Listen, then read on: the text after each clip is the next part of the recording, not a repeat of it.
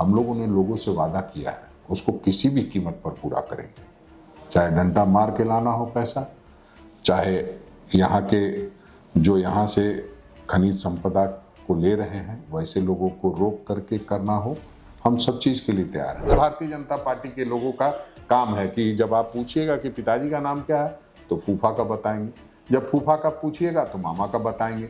इधर उधर की बात नहीं करनी है, बात करनी है कि छात्रों की नियुक्ति कैसे आसानी से हो। झारखंड में जिस मात्रा में आदिवासी, दलित और पिछड़े अल्पसंख्यकों को आगे आना चाहिए था उस हिसाब से आगे नहीं आ पाए हैं, ऐसा आदरणीय राहुल गांधी जी सोचते हैं। नीति निर्धारण में अपनी अहम भूमिका निभाई, उससे ये समझा जाता है कि जो सरकार की योजनाएं हैं वो अंतिम पायदान पर बैठे व्यक्ति तक कैसे बखूबी पहुंचे, उसके भी वो मास्टर कहलाते हैं। नियुक्ति नहीं दिया तो माँ बहनों को इतनी ताकत दी है कि आप अपने घर में अच्छे से खा पका के रह सकते हैं। मैया सम्मान योजना लाने का काम किया है। 1,36,000 करोड़ रुपया जो है मेरा केंद्र सरकार बकाया रखी हुई है। कोयला मंत्री आते हैं वो मानते हैं इस बात को कि हाँ बकाया है, तो फिर देने में क्या दिक्कत है। 2 करोड़ की नौकरी की तो कोई बात करता नहीं, तो 5 लाख की बात जरूर करनी चाहिए। अरे 2 करोड़ बड़ा होता है या 5 लाख बड़ा होता है? 2 करोड़ कौन सा नौकरी? जो प्रधानमंत्री जी बोलते थे हर साल देंगे। पहले अपने विधायक दल का नेता चुन ले, हम भी जेपीएससी का अध्यक्ष दे देंगे। जोहार, आप देख रहे हैं लोकतंत्र 19 और मेरा नाम है अंशु। हमारे साथ इस वक्त मौजूद हैं कांग्रेस के पूर्व प्रदेश अध्यक्ष राजेश ठाकुर जी। इनसे बातचीत करने का रीजन ये है कि पिछले दिनों कांग्रेस के जो प्रदेश प्रभारी हैं गुलाम अहमद मीर, उनको बदल करके के राजू को प्रदेश प्रभारी की जिम्मेदारी सौंपी गई है।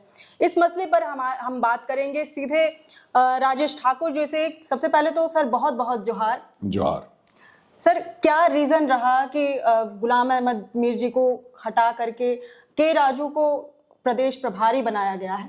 नहीं, देखिए, हटाने और बनाने की बात नहीं है। संगठन में ये निरंतर प्रक्रिया रहती है कि समय समय पर बदलाव होते रहते हैं। आपने देखा पिछले दिनों मैं प्रदेश अध्यक्ष था और उसके बाद बदलाव हुआ, आदरणीय केशव महतो कमलेश जी प्रदेश के अध्यक्ष हुए। उसके बाद चुनाव हुआ, चुनाव में हम लोगों ने बेहतर तरीके से प्रदर्शन किया। लोकसभा में हमारे समय में भी अच्छा प्रदर्शन हुआ, विधानसभा में भी बहुत अच्छा प्रदर्शन हुआ। दोनों समय में प्रभारी आदरणीय गुलाम अहमद मीर साहब थे। अब रह गई बात बदलाव की, तो निश्चित रूप से वो विधायक दल के नेता जम्मू कश्मीर में चुने गए हैं और उसके बाद उनके पास पश्चिम बंगाल की भी जिम्मेदारी है। यहाँ चुनाव संपन्न हो गया तो एक उनकी जिम्मेदारी बढ़ी, जम्मू कश्मीर में भी और बंगाल में पहले से थी, तो एक जिम्मेदारी उनसे कम करके आदरणीय के राजू साहब को वो जिम्मेदारी दी गई है। इसमें कोई बहुत बड़ी बात नहीं है, ये चलते रहता है, एक निरंतर प्रक्रिया है। कई राज्यों के प्रभारी बदले हैं, उस निमित्त यहाँ भी बदलाव हुआ है। चूंकि यहाँ हमारी सरकार बन गई है और संगठन का काम जो निरंतर चलता है वो चलना है, तो उस निमित्त जो चुनाव का स्टेट है, इसके बाद अब पश्चिम बंगाल में चुनाव है, बिहार में चुनाव है और कई राज्यों में, तो उन राज्यों में ये बदलाव किया गया है। हम समझते हैं वो संगठन जब भी ऐसा सोचता समझता है तो इस तरह के बदलाव होते रहते हैं, ये आम प्रक्रिया है। क्या कोई मतलब रणनीति के तहत अभी काम किया जाएगा कांग्रेस के अंदर, इसलिए ये बदलाव जरूरी है? देखिए, के राजू साहब जो हमारे नए प्रभारी बने हैं, उनको एक पूरे देश में उनके पास एक जिम्मा था, जो जिम्मा था कि लीडरशिप डेवलपमेंट मिशन का। लीडरशिप डेवलपमेंट मिशन किस लिए था? जो समाज के अंतिम पायदान पर बैठे लोग हैं, दलित समाज से जो लोग आते हैं, जो पिछड़े वर्ग से लोग आते हैं, जो अल्पसंख्यक वर्ग से आते हैं, जो आदिवासी समुदाय से आते हैं, उन सबको कैसे अपलिफ्ट करना है पॉलिटिक्स में, तो उस निमित्त एक उनका पूरे देश में प्रोग्राम चलता था और उसमें हम लोगों ने बहुत काम किया है। आपने देखा होगा कि जब हम लोग पिछले समय में आदरणीय के राजू साहब झारखंड भी आए थे और पूरी एक सिस्टम बना करके हम लोगों ने ट्रेनिंग देने का काम किया था कि किस तरह से हम लोग को लीडरशिप डेवलप करना है। क्योंकि जिस मात्रा में, जैसे झारखंड है, झारखंड में जिस मात्रा में आदिवासी, दलित और पिछड़े अल्पसंख्यकों को आगे आना चाहिए था, उस हिसाब से आगे नहीं आ पाए हैं, ऐसा आदरणीय राहुल गांधी जी सोचते हैं। तो उस निमित्त हम लोगों ने एक कार्रवाई को आगे बढ़ाया। आपने देखा किस तरह से आदरणीय केशव महतो कमलेश जी को पिछड़े वर्ग से लाया गया और उस लीडरशिप को डेवलप करने के लिए हम लोग काम कर रहे हैं। तो हम समझते हैं उनकी एक अहम भूमिका होगी उस लीडरशिप को डेवलप करने में। चूंकि पूरे देश में उन्होंने काम किया, अब तो उनको सिर्फ एक राज्य में करना है। तो निश्चित रूप से हम समझते हैं जो जैसा आदरणीय राहुल गांधी या आदरणीय मल्लिकार्जुन खड़गे जी सोचते हैं, उस हिसाब से उन्होंने ये कदम उठाया है और वो उस पर हम समझते हैं उनको कामयाबी मिलेगी। के राजू साहब राहुल गांधी जी के बहुत ही करीबी माने जाते हैं, सोनिया गांधी जी के भी बहुत करीबी माने जाते हैं। क्या के राजू जी के तहत राहुल गांधी जी की बहुत विशेष नजर रहने वाली है झारखंड के ऊपर? देखिए, केंद्र सरकार में जब हमारी सरकार थी केंद्र में, तो उस समय वो एक अधिकारी के रूप में किसी कार्यक्रम में आए और जिस तरह से उनका एक जुड़ाव हुआ, वो फिर कांग्रेस ज्वाइन किए और उन्होंने कई नीति निर्धारण में अपनी अहम भूमिका निभाई। उससे ये समझा जाता है कि जो सरकार की योजनाएं हैं वो अंतिम पायदान पर बैठे व्यक्ति तक कैसे बखूबी पहुंचे, उसके भी वो मास्टर कहलाते हैं और उनका एक लंबा चौड़ा उस पर काम है, उस पर रिसर्च है। तो उस निमित्त भी चूंकि झारखंड एक संपन्न राज्य होते हुए पिछड़ा राज्य कहलाता है, तो उसमें उनकी एक अहम भूमिका होगी। सरकार को भी अपने तरह से वो नीति निर्धारण में सहयोग करेंगे। जो हमारे मंत्री हैं, जिनको आदरणीय राहुल गांधी जी, आदरणीय मल्लिकार्जुन खड़गे जी, आदरणीय सोनिया गांधी जी ने एक समयबद्ध तरीके से काम करने के लिए कहा है, वो कितना कर पाते हैं उसको उस अंदाज में वो मॉनिटर कर पाएंगे, ऐसा मुझे विश्वास है। खबर चली कि कांग्रेस के जो आला कमान है वो अपने यहाँ के मंत्रियों से संतुष्ट नहीं है। अपने कांग्रेस कोटे के जो मंत्री हैं, जैसे इरफान अंसारी, दीपिका पांडे सिंह, 4 मंत्री जो हैं, उनसे संतुष्ट नहीं है। देखिए, खबर का काम है चलना। अगर खबर नहीं चली तो जो हम लोग कहते हैं कि लोकतंत्र में चौथा स्तंभ मीडिया को मानते हैं, फिर उसका भी तो वकार रहना चाहिए, इसलिए खबरें चलती रहेंगी। अगर ऐसा नहीं होता तो दीपिका पांडे सिंह पिछले मंत्रालय में भी मंत्री थी, इरफान अंसारी पिछले मंत्रालय में भी मंत्री थे, तभी उन्हें बनाया गया ना फिर से दोबारा।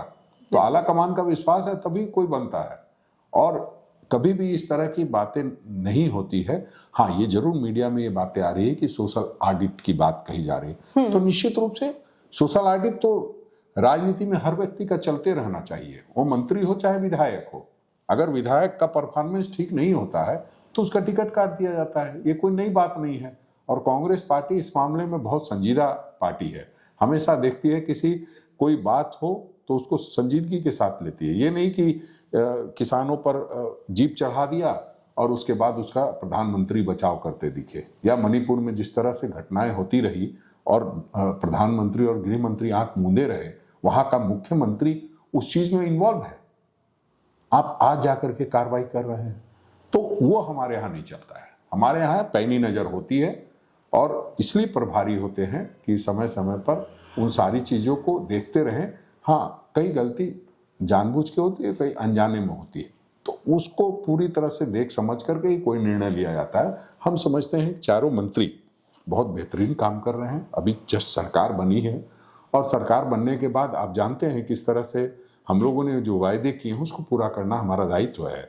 और जिस तरह से केंद्र सरकार का सौतेलापन है, जो बेरुखी है, वो सब लोग जानते हैं किस तरह से वो लोग करते हैं। तो उस अगर तहत देखेंगे तो एक कोऑर्डिनेशन बनाने की ज़रूरत है। सरकार में सभी मंत्रियों का मुख्यमंत्री के साथ अच्छा कोऑर्डिनेशन हो। मुख्यमंत्री जो चाहते हैं, जो हमारे पार्टी के लोग चाहते हैं कि किस तरह से अंतिम पायदान पर बैठे व्यक्ति को केंद्र बिंदु में रख करके काम करना है, उन तक कैसे सारी सुविधाएं पहुंचे। आप जानते हैं हम लोगों ने मैया सम्मान योजना लागू किया, उधर विधवा पेंशन भी देना है, वृद्धा पेंशन भी देना है, और इस तरह के सारे चीज़ों को करने के लिए हमें रेवेन्यू की भी ज़रूरत है। तो कैसे राजस्व की वसूली ज़्यादा अच्छे तरीके से हो, उस पर भी हमें फोकस करना है। कई लोग हमारे पैसे लेकर के बैठे हुए हैं, सरकारी कंपनियां तो सरकारी कंपनियां, प्राइवेट कंपनियां भी करोड़ों रुपए लेकर के बैठी हुई, उस पर भी लगाम लगाने की जरूरत है। तो ऐसे तमाम कामों में हमारे वित्त मंत्री आदरणीय मुख्यमंत्री जी की भूमिका है और उसको हम समझते हैं बेहतर तरीके से निर्वहन करने के लिए आदरणीय राहुल गांधी जी, मल्लिकार्जुन खड़गे जी चाहते हैं कि बेहतर तरीके से उस काम का निर्वहन हो। तो उस निमित्त जो पिछले प्रभारी थे वो भी बहुत बारीकी से सारी चीज़ों को देख रहे थे, नए प्रभारी आ रहे हैं वो भी इन चीज़ों को बारीकी से देखने का काम करेंगे। पार्टी स्तर पर शायद ये पहली बार होगा कि हर महीने विधायकों मंत्रियों की रिपोर्ट तलब की जाएगी। कहा यह भी जा रहा है कि मंत्रियों में बड़ा फेरबदल हो सकता है अगर वो सही से अपनी जिम्मेदारी का निर्वहन नहीं करते हैं। नहीं, देखिए ये सारी चीजें चलती रहती है। अभी किसी ने ज्यादा मीडिया पे ध्यान दे दिया होगा तो ज्यादा मीडिया में चलने लगी बातें। ये प्रक्रिया नियमित रूप से चलती रहती है, ऐसा नहीं कि पहली बार हो रहा है। पहले भी हर महीने रिपोर्ट जाती थी, हर महीने की कौन मंत्री कहाँ जा रहे हैं, क्या कर रहे हैं, कितने लोगों से मिल रहे हैं, कितने जनता का भला हो रहा है, उन सारी चीज की रिपोर्ट जाती रहती है, नियमित प्रक्रिया है। लेकिन सख्ती शायद पहली बार इतनी ज्यादा दिखाई दे रही है, भी बिल्कुल मतलब अभी चुनाव जीते हुए महज 2-2.5 महीने ही हुए। नहीं, इसको मीडिया की शक्ति भी कह सकते हैं कि ज्यादा अच्छे तरीके से उसको पेश कर रही है। और इस बात का जरूर हमें आप लोगों को देख के ये लगता है कि जो नए नए लोग आए हैं मीडिया में, तो उन लोगों ने सभी चीज़ों पे फोकस किया हुआ है। तो इस तरह की बात सामने आती है तो अच्छी बात है, उससे सभी लोग अलर्ट रहते हैं। जनता अपना काम लेने के लिए, कार्यकर्ता जनता तक कैसे काम पहुँचे उसको करने के लिए, मंत्री की भी जिम्मेदारी है कि कैसे जनता को बेहतर तरीके से हम संबोधन कर पाए, उनको उनके सारे कार्यों को कर पाए। सबके लिए मीडिया का होना आवश्यक है और मीडिया अगर इस तरह की बात चला रही है तो अच्छी बात है। लेकिन ये हम लोगों की निरंतर प्रक्रिया है और चलती रहती है।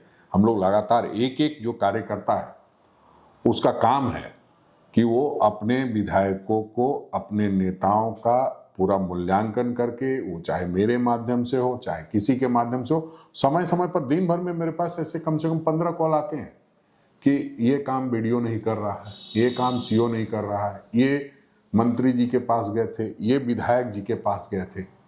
तो कई काम होने वाले होते हैं, कई काम नहीं होने वाले होते हैं।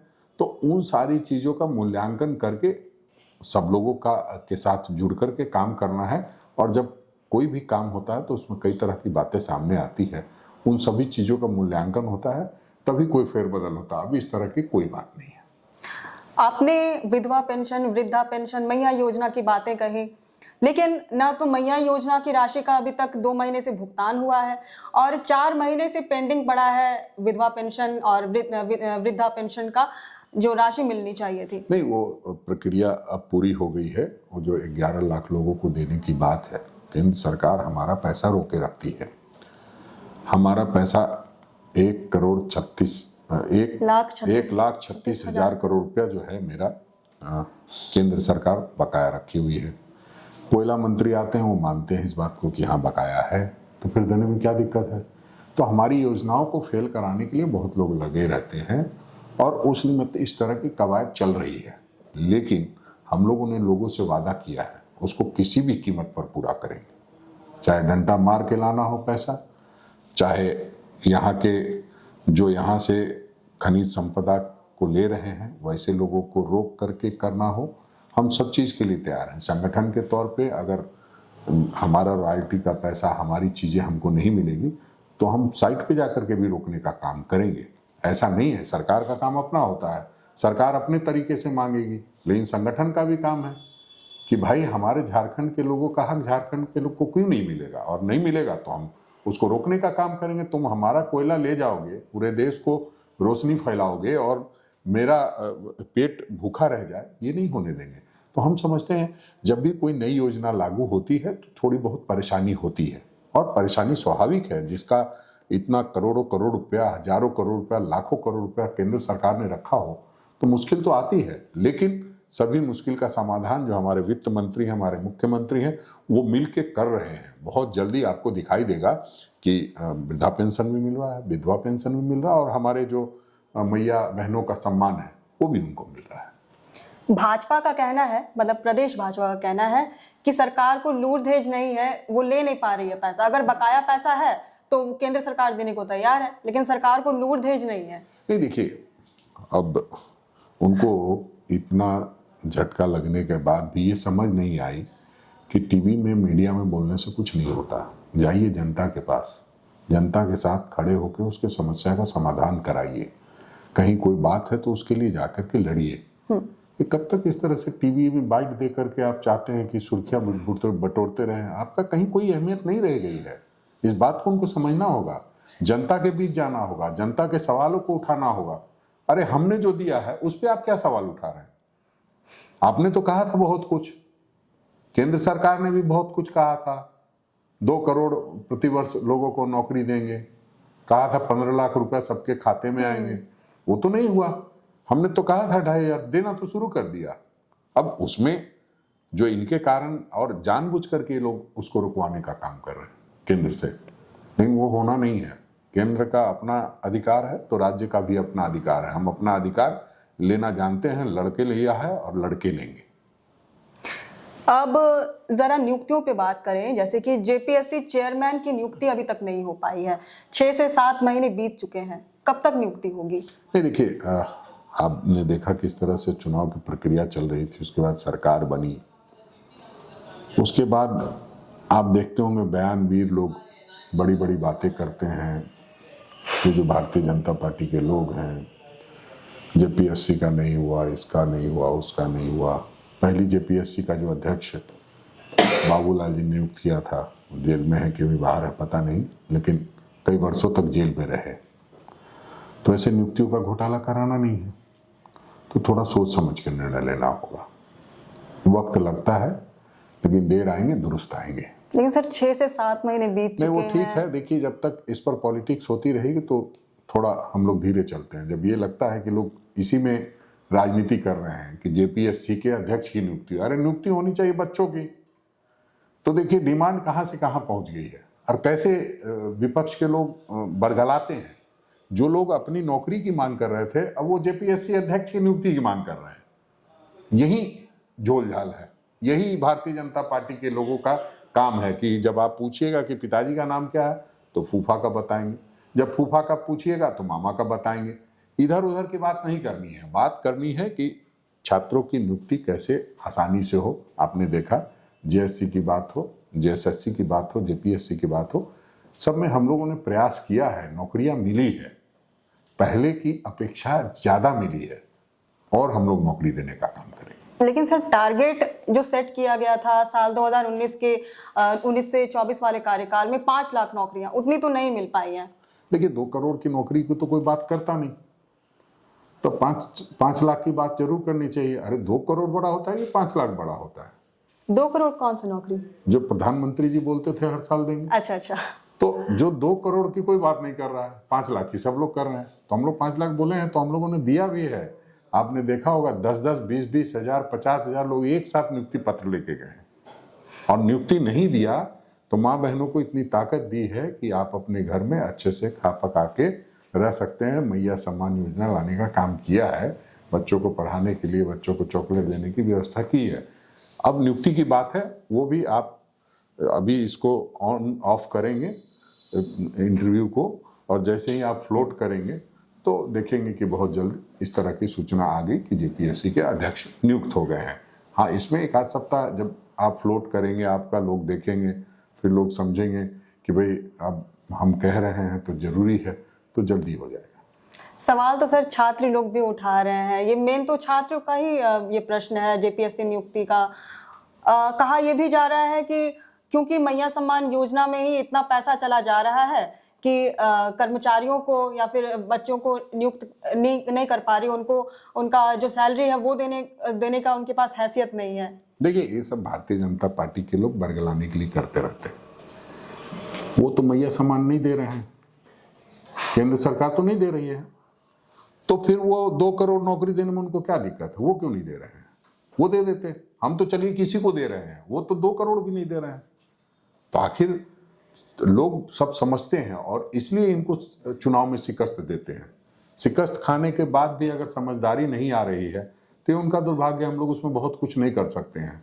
वो लोग अपना अध्यक्ष बदल सकते हैं, अपना विधायक दल का नेता चुन सकते हैं, तो जो करना है वो तो कर नहीं रहे हैं। आप जेपीएससी का के अध्यक्ष चुनने की बात कर रहे हैं। अरे अपना तो जो विधानसभा में विधायक दल का नेता चुनना, वो तो चुन के बता दो, तो तेरे पार्टी का मसला है। इसमें तो बहुत सारी चीजें हैं।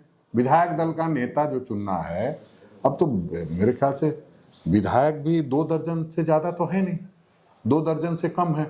उन 20-21 लोगों को एक निर्णय लेना है कि एक विधायक दल का नेता चुनना है, वो तो हो नहीं रहा। फिर हमसे बहुत अपेक्षा रखते हैं, पहले अपने विधायक दल का नेता चुन ले, हम भी जेपीएससी का अध्यक्ष दे देंगे। उनका तो कहना है कि नेता प्रतिपक्ष नियुक्त ना होने से जेपीएससी नियुक्ति की यहाँ पर कोई उसमें दोनों में ये नहीं है, संबंध नहीं है। इस बीच नहीं, वो ठीक है, हम समझ गए संबंध नहीं है, लेकिन आपको अगर अपने पार्टी में 21 लोगों का नेता चुनने में इतना वक्त लग रहा है, आप फिर दूसरे से ज्यादा उम्मीद मत कीजिए। पहले अपने गिरेबान में झांकिए। जब भी कोई उंगली उठाता है तो 4 उंगली उसके तरफ उठती है, तो उस 4 उंगली पे ध्यान दीजिए कि आपके यहाँ क्या क्या कमी है।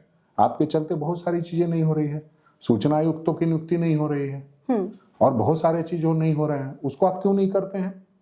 तो आप सिर्फ सवाल उठा करके और 4 साथी पत्रकार मित्रों को बुला करके बोल देते हैं फील्ड में कहीं है नहीं, तो मैदान में नहीं, मीडिया में बने रहने से कुछ नहीं होगा। मैदान में भी जाना होगा। मीडिया तो चौथा स्तंभ है और लोकतंत्र के और भी 3 स्तंभ हैं, उसको सबको अपना अपना काम करना पड़ेगा, तो निश्चित रूप से उनका भी विकास होगा और राज्य का भी विकास होगा। अब सर, आने वाले दिनों में बजट सत्र की शुरुआत होने वाली है। किन किन क्षेत्रों में ज्यादा बजट अलॉट होगा? इस बार का बजट का जो ये ड्राफ्ट रहेगा वो कैसा रहेगा? देखिए, उस पर वित्त मंत्री जी बोलेंगे तो ज्यादा अच्छा होगा। हम लोग अपने तरफ से बहुत सारी चीजों पर मंथन करके हमारी पार्टी ने अपनी बात कही है और उसी तरह सभी लोगों को आमंत्रित किया गया है कि जो लोग भी अपना सुझाव देना चाहते हैं दें।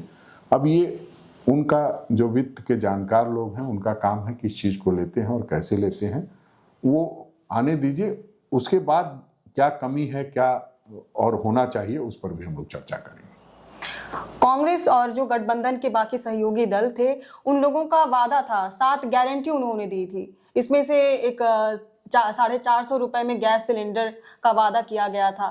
क्या बजट में इसे शामिल किया जाएगा? नहीं, देखिए, 7 गारंटी हमने कहा था और उस पर हम लोग पूरा फोकस करेंगे। आप खुद ही बता रही हैं कि वृद्धा पेंशन नहीं मिल रहा है, विधवा पेंशन नहीं मिल रहा है, तो वो सब हमें अपने राजस्व की वसूली को थोड़ा टाइट करने दीजिए। हम पैसा भी वसूलेंगे, लोगों के बीच में वितरित भी करेंगे और जो सिलेंडर देने की बात कही है निश्चित रूप से देंगे। सर, दिल्ली के चुनाव में आपको भी प्रभार सौंपा गया था, क्या कमी देख पाते हैं आप? देखिए, दिल्ली के चुनाव में मेरा कोई प्रभार नहीं था, लेकिन हम जो समझते हैं कि हम लोग को संगठन में और काम करने की जरूरत है। कई बार गठबंधन के इंतजार में हमारा संगठन कमजोर हो जाता है और वो दिल्ली में भी ऐसा हुआ है। और जो संगठन होता है, संगठन हमेशा बूथ स्तर तक बनना चाहिए। तो उसमें कमी ये रह जाती है कई बार कि गठबंधन के साथी कई सीटों पर क्लेम करते थे, उन सीटों पर हमारा ध्यान नहीं जाता है। तो उस नाते हम लोग बहुत जल्दी अपने साथियों पर पूरा भरोसा कर लेते हैं और जब भी कोई अचानक से धोखा मिलता है तो इस तरह की बातें सामने आती है, तो वो आई है। लेकिन हम समझते हैं कि हमने एक अच्छा परफॉर्म किया। एक जो सत्ता जिससे लोग परेशान थे उसको बाहर करने का काम किया है। आने वाले समय में हम अपने संगठन की बदौलत सत्ता को जरूर हासिल करेंगे। नेतृत्व में कोई कमी देख पाते हैं?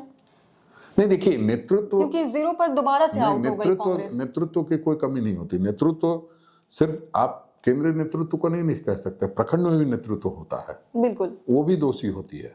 तो प्रखंड में अगर हमारा नेतृत्व ही नहीं बना पाए हम, कई वर्षों से जो संगठनात्मक चीजें होनी चाहिए थी, जो झारखंड में हमने बहुत तरीके से किया, हर प्रखंड में बदलाव कर दिया, जो 10 साल से जमे लोग थे उनको हटाने का काम किया, प्रखंड पंचायत बूथ तक कमेटियां बनाई, उसका फायदा मिला सरकार को बनाने में।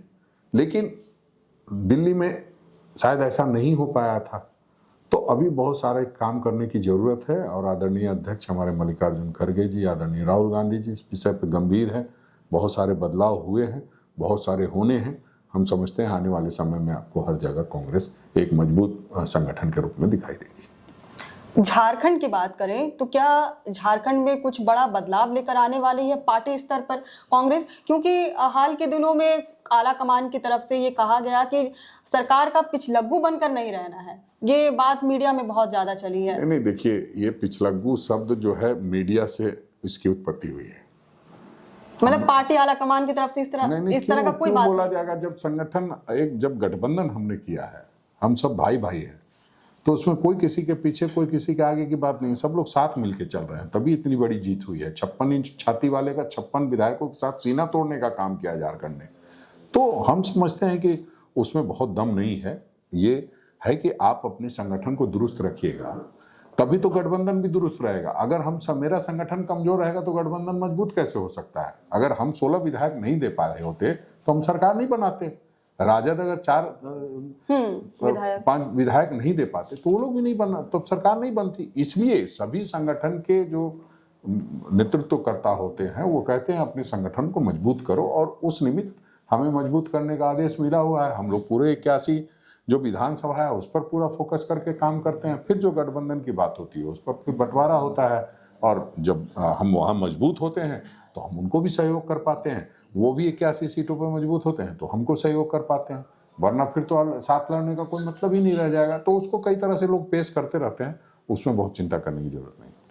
टूट की भी खबर आ रही है कि गठबंधन टूट सकता है, जेएमएम और कांग्रेस अलग हो सकती है, कांग्रेस बड़े लेवल पे आ सकती है। मतलब देखिए, इससे दोनों चीजें हैं। कुछ नेताओं की दुकानदारी चलती है, कुछ जो आप दिखाने वाले लोग हैं उनका भी व्यूअरशिप बढ़ता है, क्योंकि लोग नकारात्मक चीज़ों को ज़्यादा पसंद करते हैं।